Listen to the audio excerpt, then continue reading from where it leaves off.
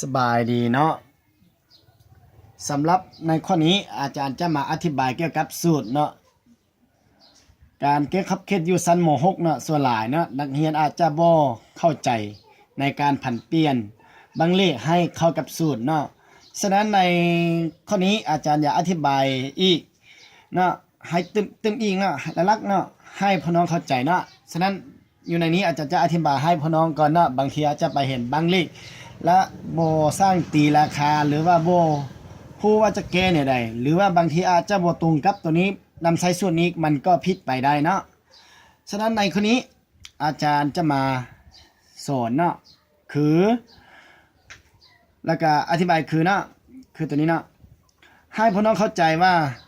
ในสูตรนี้เนาะในสูตรนี้คือคับเขตอีกเก้าหาบวกอสงไขยของ1บวกให้4ส่วนให้อิฐทั้งหมดกำลัง k อิฐแล้วไปเท่ากับ e เนาะกำลัง c คูณ k เนาะแล้วก็ c กับ k นี่เป็นตัวคงค่าเนาะแล้วสูตรนี้เนาะมันเท่ากับ e กำลัง c คูณ k นี่นะได้ง่ายๆแบบนี้เนาะแล้วก็ได้ในกรณีใดเนาะถ้าว่ามันบ่มีถ้าว่ามันตั้งกรณีนี้แล้วเด้จะเกได้เหนียวใดเนาะฉะนั้นอาจารย์จะมาอธิบายเกี่ยวกับตัวนี้ให้ละเอียดที่สุดเลยเนาะในสูตรนี้เนาะในสูตรที่1นี้เนาะจะมีหลายๆสูตรเนาะแต่ว่าจะเขียนสูตรนี้เป็นสูตรที่1เลยเนาะเพราะว่าอยู่ในชั้นม .6 มีเนาะแล้วก็นอกจากนั้นแล้วก็ชั้นม .6 ยังบ่มีเนาะและเป็นสูตรที่1เลยเนาะให้พ่อน้องเข้าใจว่าทุกเทื่ออีกเก้าหาบวกอสงไขยเนาะให้ได้เนาะเมื่ออีกเก้าหาบวกอสงไขยนี่นะแล้วให้ได้เนาะให้ได้1บวกให้4ส่วนให้อีกนี่นะต้องไปเท่ากับ1ทุกเทื่ออยู่เสมอเนาะถ้าว่าเมื่อเราเอาบวกอสงไขยไปแทนอยู่ตำแหน่งนี้เนาะแปลว่าจำนวนจริงคือ4เนาะส่วนให้บวกอสงไขยจะเท่ากับ0ไปและ0บวกให้1เท่ากับ1แปลว่าเมื่อใดที่บ่เท่ากับ1นี่แปลว่าบ่ได้เนาะบ่ได้เนาะและอีก1กรณีเมื่อเอาบวกอสงไขยไปแทนอยู่ตำแหน่งคือตัวกำลังนี้เนาะอยู่บนกำลังนี้เนาะแล้วมาอีกเก้าหาบวกอสงไขยเนาะเราต้องได้เนาะเราต้องได้ทุกเทื่อเนาะต้องให้ได้C ให้ได้ K อีกนี่นะให้ได้ K อีกนี้ไปเท่ากับบวกอสงไขยเนาะในสูตรนี้จะได้แต่2กรณีคือแบบนี้เนาะถ้าว่าตัวนี้คืออีกเก้าหาหรือว่าคับเขตของอีกคับเขตอีกเก้าหาตัวเลขใด1คือ1 2และบ่สามารถเกได้เนาะในกรณีนี้เนาะสำหรับชั้นม .6 เพิ่นจะระบุละเอียดแบบนี้เนาะฉะนั้นให้พ่อน้องเข้าใจง่ายๆว่าในสูตรนี้ได้เพียงกรณีว่าเมื่ออีกเก้าหาบวกอสงไขยแล้วเอาอีกนี้ไปแทนตำแหน่งของเอาบวกอสงไขยนี้ไปแทนตำแหน่งของอีกเนาะแล้วตัวนี้เท่ากับ0ไปแล้วยังเหลือแต่1เนาะเท่ากับ1แล้วจะสามารถเกได้เนาะในสูตรจึงสามารถแทนได้ค่านี้เลยเนาะสำหรับคือตัวนี้เมื่อบวกอีกเก้าหาบวกอสงไขยเนาะเอาไปแทนอยู่บน k อีกนี่นะต้องเท่ากับบวกอสงไขยอยู่เสมอนะยกตัวอย่างคือ k แม่นจำนวนจริงเลย1แล้วก็เอาไปคูณให้บวกอสงไขยเนาะคืออิฐเท่ากับบวกอสงไขยแล้วมันเท่ากับบวกอสงไขยเนาะฉะนั้นในสูตรนี้จะแก้ได้เพียงแต่กรณีเท่านี้เนาะแล้วก็ให้จำแนกอยู่ที่นี้เนาะให้จำแนกอยู่ที่นี้ว่าอีกเก้าหาบวกอสงไขยอยู่เสมอเนาะถ้าว่าอีกเก้าหาตัวเลขใด1นี้บ่สามารถเกได้เนาะสำหรับสูตรนี้เนาะแต่ว่าจะมี1สู้เนาะที่เก้าหาตัวเลขและสามารถเกได้เนาะฉะนั้นในนี้อาจจะมานำพาพ่อน้องเกในบางนี้ก่อนว่าข้อนี้เขาจะเกเหนี่ยวใดเนาะฉะนั้นหามายกตัวอย่าง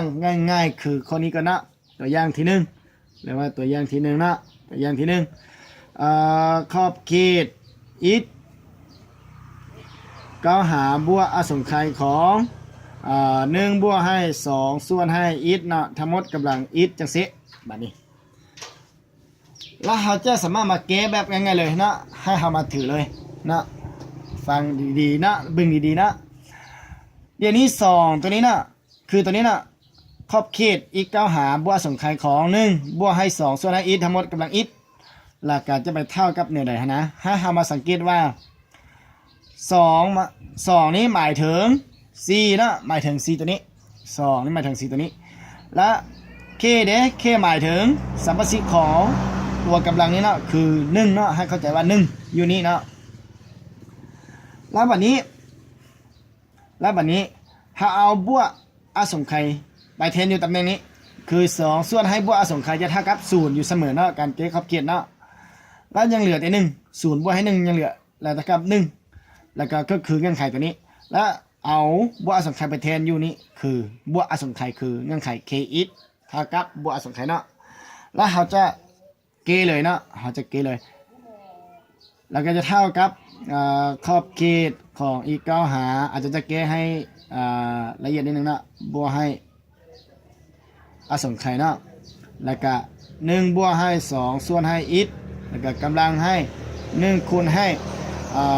อิทเนาะให้เข้าใจแบบนี้นะเป้าหมายที่จะเขียนขอบเขตคืออาจจะอยากให้มี1อยู่นี้คือตัวนี้บ่มีหนังแล้วก็หมายถึง1แล้วก็ไปเท่ากับe เลยเนาะคือตัวนี้เลยเนาะ c คูณ k เลยเนาะ c คูณ k เลยนะจะได้ c คูณ k c ก็คือ2 k ก็คือ1จะได้2คูณให้1เนาะแล้วก็จะเท่ากับ e กำลัง2เลยเนาะในข้อนี้ง่ายๆแบบนี้เลยเนาะสำหรับในข้อนี้เนาะง่ายๆแบบนี้เลยเนาะแล้วบัดนี้เราจะไปตัวอย่างที่2ก่อนนะสำหรับข้อนี้จะเกมเมอร์ติซัมนี้เด้อแล้วก็อีกตัวอย่างที่2ถ้าว่าต่างจากบนนี้ละเด้จะขึ้นในไหนเนาะตัวอย่างที่2ขอบเขตของอิฐเก้าหาบวกอสงไขยแล้วก็1บวกให้3ส่วนให้อิฐบวกให้2ทั้งหมดกำลัง2อิฐจาก4บาทนี้ข้อนี้มันจะเป็นจังสีนะเขาจะมีวิธีการแก้แนวใดบัดนี้เนาะอาจจะมีวิธีการแก้แนวใดนั้นให้เรามาเบิ่งเมื่อเราเอาบวกอสงไขยไปแทนใส่ตัวนี้นะบวกอสงไขยไปบวกให้2กลายเป็นบวกอสงไขยเนาะแล้ว3ส่วนให้บวกอสงไขยมันก็สูญไปยังเหลือแต่1แปลว่านอนอยู่ในเงื่อนไขที่เราเสาหาแล้วเนาะแล้วเอาบวกอสงไขยไปคูณให้2มันก็บวกอสงไขยเนาะแล้วบัดนี้แปลว่าเท่าแล้วแต่ว่าเขาจะเปลี่ยนเนี่ยได้เนาะบัดนี้คืออยู่นี่คือ2อิทอันนี้คืออิทบวกให้2เนาะแล้วค่าของ c คือค่าของ c อยู่นี้คือค่าของ c อยู่ในนี้คือ3เนาะแล้วค่าของ k หมายถึง2แต่ว่าอยู่ต่อหน้าอยู่ลุ่มนี้คือมีสัมประสิทธิ์คือ1แต่ว่า1บวกแปลว่าอิทบวกให้2เนาะให้เข้าใจว่า3ส่วนให้อิทบวกให้2ฉะนั้นอยู่นี้คือ2อิทเท่านั้นเราบ่สามารถแก้ว่าจะเอา3คูณ2เลยเนาะบ่สามารถแก้ได้แบบนั้นแต่ว่าแล้วเราบ่สามารถแก้ได้แบบนั้นเราต้องมีวิธีการผันเปลี่ยนเนาะแล้วบัดนี้เราจะเฮ็ดแนวใดมันจึงสามารถเข้ากับสูตรได้เนาะแล้วเราจะมาแก้แนวใดเนาะฉะนั้นอาจจะผันเปลี่ยนเลยนะจะเท่ากับอาจจะแก้เลยเด้อขอบเขตของอิฐเก้าหาบวกอสงไขยแล้วก็ตัวลุ่มนี้นะอาจจะบอกผันเปลี่ยนเนาะจะเขียนคืนบวกให้3ส่วนให้อิฐบวกให้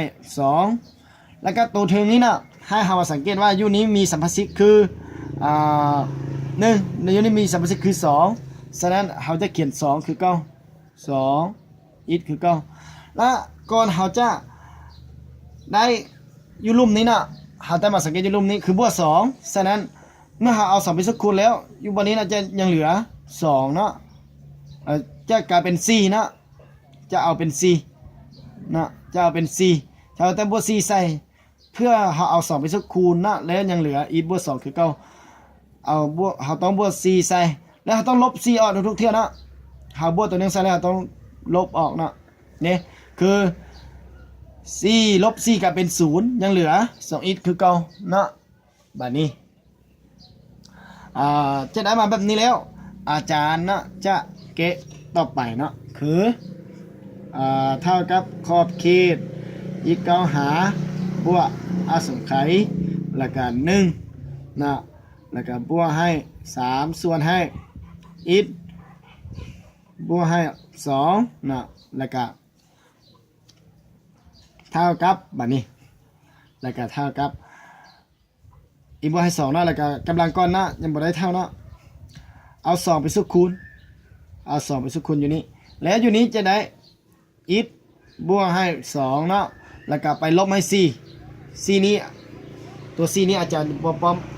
อาจจะยังบ่ได้เป้าหมายเนาะเป็นสุขคูณเนาะสำหรับอยู่บนลบ4นี่นะแล้วก็มีแต่ว่าเอาบวก4นี้มาเป็นสุขคูณเพื่อให้ได้ตัวนี้กับตัวนี้คือกันเนาะแล้วบัดนี้เรา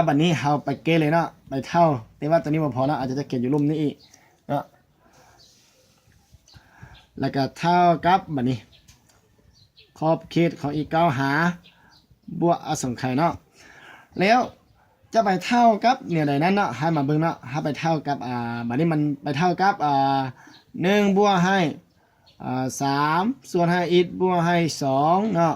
แล้วก็กำลัง2อีกบวกให้2แบบนี้เนาะแล้วไปคูณให้ขอบเขตอีก9หาบวกอสงไขยเนาะตัวนี้อาจจะแก้ให้ละเอียดนิดนึงนะแล้วก็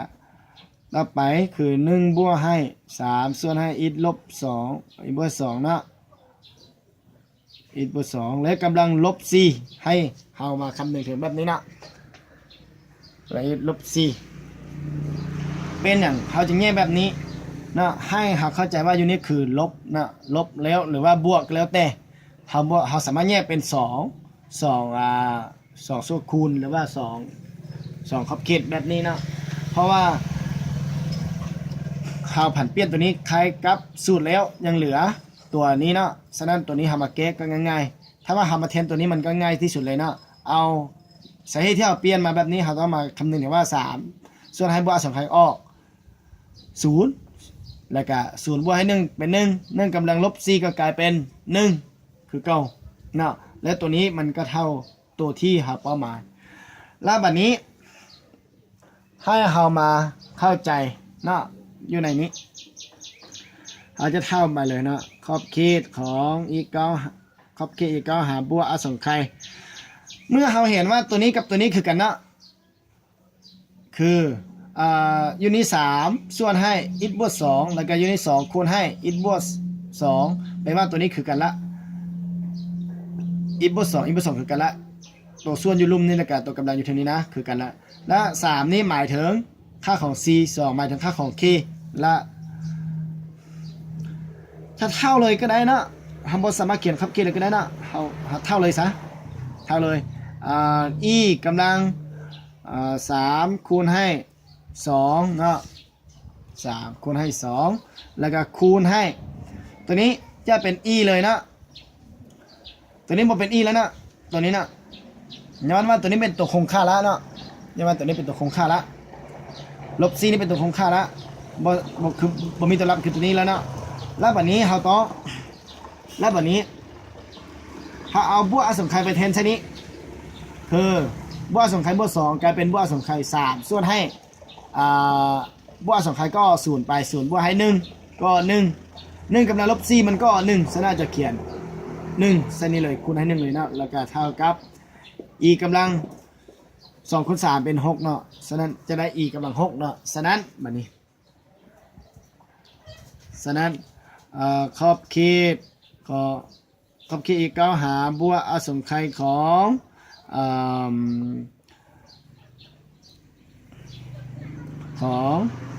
1บวกให้3ส่วนให้อิทบวกให้2นี้ทั้งหมดกำลัง2อิทนี้มันเท่ากับ e กำลัง6แบบนี้นะแล้วก็จบเลยให้พี่น้องพยายามขึ้นในการผันเปลี่ยนนะแบบนี้จะมีหลายรูปแบบเนาะแต่ว่าให้เข้าใจว่าเราต้องขึ้นไปหาตัวที่เราสามารถเปลี่ยนได้เนาะคือแบบนี้เนาะแล้วบนที่อาจจะคาที่สุดเนาะสำหรับน้องๆนักเรียนเนาะก็คือยุบบอลนี้เนาะก่อนเขาจะขึ้นไปหาเนาะให้ได้อันตัวกำลังกับตัวยุลุ่มนี่นะคือกันเนาะตัวอย่างคือเราลบ4แล้วเราต้องบวก4ถ้าว่าเราบวก4เราต้องลบ4ออกทุกเทื่อเพื่อให้คำนวณและตัวนี้ออกให้ตัวเดิมนะตัวเก่านะถ้าว่าเราบวก1เราก็ลบ1ใส่นะแต่ว่าในข้อนี้เราต้องคิดว่าจะเห็นใดมันจึงสามารถได้คือ อินบวกให้2เนาะแล้วตัวนี้คืออาจารย์จะเป็นอย่างอาจารย์จะเอาอินบวกให้2นั่นว่าเอา2อินอยู่นี้แล้วเขาต้องบวกให้4แล้วก็ลบให้4เมื่อเอาบวก4นี่เอา2ไปสักคูณจะได้อินบวกให้2เนาะแล้วก็ลบ4ตัวนี้คือตัวที่เรามาคำนวณให้ตัวนี้มันไปแล้วต่อมาเนาะเราจะมาแยกคือตัวนี้เนาะเราจะมาแยกคือตัวนี้เป้าหมายแม่นเราอยากได้อินบวกให้2ตัวนี้นะให้คือกันลบ4นี้บ่เกี่ยวนี่นะแล้วต่อมาทำมาขยายเป็นทำมาขยายคือตัวนี้นะคูณกันนะแล้วตัวนี้เท่ากับ1ไปนะแล้วก็ตัวนี้เท่ากับe กำลัง3 คูณ 2เลยแล้วก็คือตัวนี้เลยนะแล้วก็สุดท้ายก็คือตัวนี้คือคำตอบนะสำหรับในข้อนี้เนาะจะยาวนิดนึงเนาะแต่ว่าให้ฮู้เนาะในการแกะอันนี้สำหรับชั้นม.6 เนาะบางทีอาจจะมีตัวเลขที่ผันเปลี่ยนยากกว่านี้ก็เป็นไปได้เนาะและสำหรับวิดีโอนี้อาจจะสอนมาเนาะเพื่อผู้ที่อยากทำความเข้าใจให้ละเอียดเนาะและยังมีอีกวิธีหนึ่งเนาะที่บ่แม่นเกาหาพวกสงไข่เนาะมันจะเกาหาตัวเลขได้หนึ่งแต่ว่าอาจจะไว้ในวิดีโอต่อไปเนาะให้พ่อน้องติดตามได้เลยเนาะสำหรับหุ้มห้างของการแกะขอบเขตเนาะใจกำลังหรือว่าในหุ้มห้างแบบนี้เนาะแมนอาจจะอธิบายละเอียดแบบนี้เนาะสิ่งที่เราลักแมนอาจารย์อยากให้พ่อน้องฮู้เกี่ยวกับสูตรเนาะแล้วฮู้จำแนกสูตรอยู่บอนฮู้จำแนกสูตรเนาะอยู่บอนนี้เนาะฮู้จำแนกสูตรอยู่บอนนี้เนาะบอนนั้นลักที่สุดเลยเนาะบางทีพ่อน้องเอาไปเทรนแล้วมันบ่ออกแล้วก็แปลว่าชื่อเนาะสูตรนี้แล้วก็เทรนใช่เลยมันบ่ถึกเนาะให้เข้าใจแบบนั้นเนาะสิ่งที่เราลักที่สุดเนาะแล้ววิดีโอนี้อาจจะใช้สอนในสำนี้เนาะสำหรับข้อนี้เนาะจบสำนี้เนาะ